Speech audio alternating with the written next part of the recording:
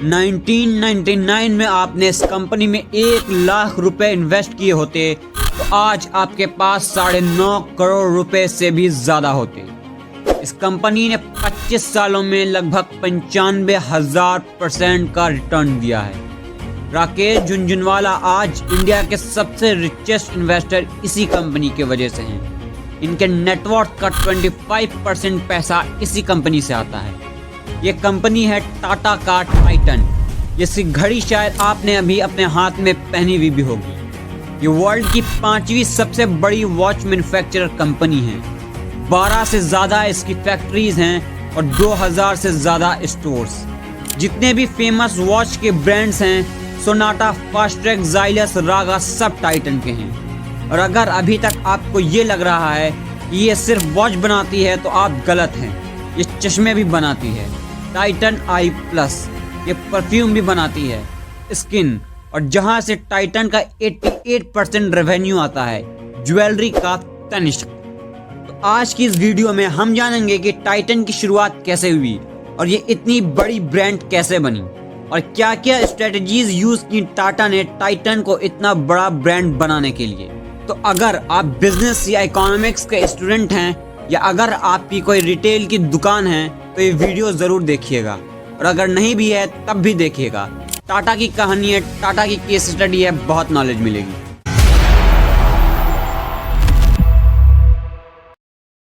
तो उस वक्त 1980s में जो वॉच के मार्केट का 90% मार्केट था वो सिर्फ एक सरकारी कंपनी के पास था, HMT।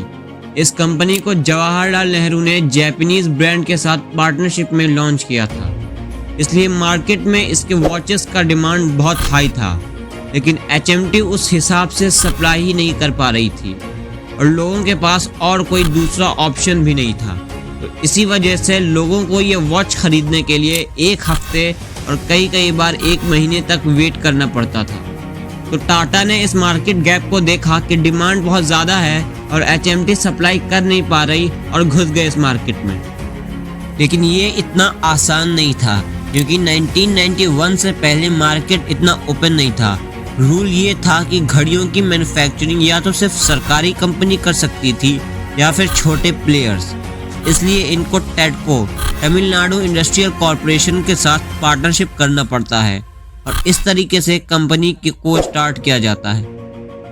अब घड़ियां 2 तरीकों की टेक्नोलॉजी से बनी हुई होती हैं, मैकेनिकल जो मशीन से ऑपरेट होती है और दूसरी क्वार्ट्ज जो कि बैटरी से चलती है। तो HMT की जो 80% वॉचेस थी वो मैकेनिकल थी, इसलिए HMT से थोड़ा अलग होने के लिए टाटा ने क्वार्ट्ज वॉचेस बनाने का फैसला किया। क्वार्ट्ज वॉचेस बनाने का एक और ये फायदा था कि ये मैकेनिकल वॉचेस से ज़्यादा एक्यूरेट होती है। ये इनका पहला चेंज था HMT से। और इसके अलावा HMT जो है वो बहुत बोरिंग और हैवी वॉचेस बनाती थी, तो इन्होंने सोचा कि हम यूथ के लिए फैशन वाली, हल्की और डिज़ाइन वाली घड़ियां बनाते हैं। ये इनका दूसरा चेंज था HMT से। उसके बाद इनको प्रॉब्लम आई डिस्ट्रीब्यूशन में, क्योंकि डिस्ट्रीब्यूटर इनका माल रखने को तैयार ही नहीं हो रहा था। तो ये गए सीधे रिटेलर के पास, जिससे रिटेलर का मार्जिन बढ़ गया और कस्टमर्स को भी प्रोडक्ट सस्ते में मिलने लगा। और इसके बाद इन्होंने 1987 में अपनी पहली घड़ी लॉन्च की।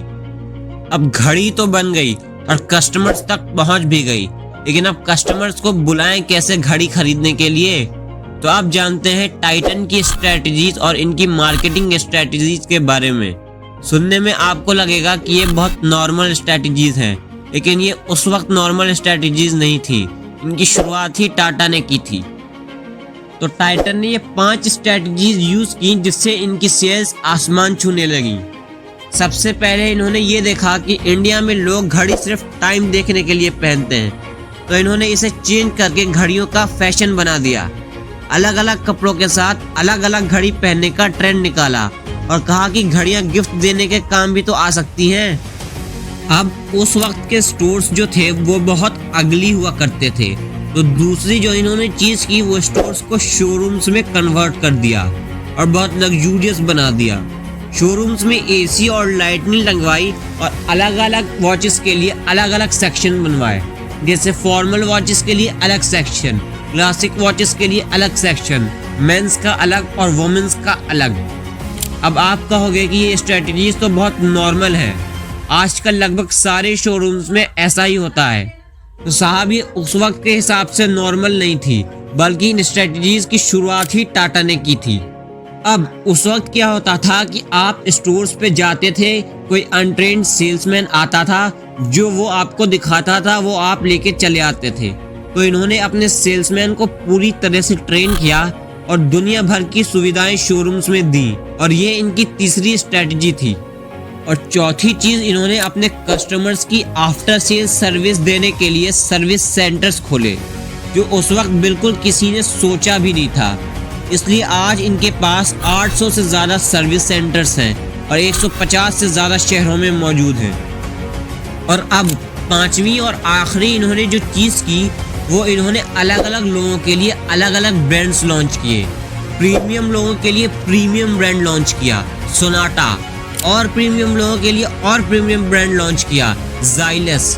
वुमेन्स के लिए अलग ब्रांड राधा, और आजकल के यूथ के लिए 2018 में एक और ब्रांड लॉन्च किया फास्ट ट्रैक। ये स्ट्रेटजीज और प्लान अपनाने के बाद टाइटन की वॉचेस की सेल्स आसमान छूने लगी, और देखते ही देखते टाइटन इंडिया की लार्जेस्ट वॉच मैन्युफैक्चरिंग कंपनी बन गया। अब टाइटन ने सोचा कि घड़ियां तो बहुत बेच ली, अब क्या करें, तो सोचा चलो अब चश्मा बेचते हैं। तो लॉन्च किया टाइटन आई प्लस, और इसमें भी इन्होंने इंडिया की लार्जेस्ट स्टोर चेन बना ली। उसके बाद एक और ब्रांड लॉन्च किया परफ्यूम बेचने के लिए स्किन, और इसमें भी इनकी सेल्स आसमान छू रही हैं। और टाइटन ने पिछले 25 सालों में 95,000% का रिटर्न दिया है। अब इतना सब कुछ करने के बाद भी इन कंपनीज से टाइटन का सिर्फ 12% सेल आता है, 88% तो ज्वेलरी से आती है, और कंपनी का नाम है तनिष्क। अगर इसके बारे में भी डिटेल में केस स्टडी चाहिए तो कमेंट में लिखे तनिष्क। बाकी मिलते हैं अगली वीडियो में, तब तक के लिए जय हिंद।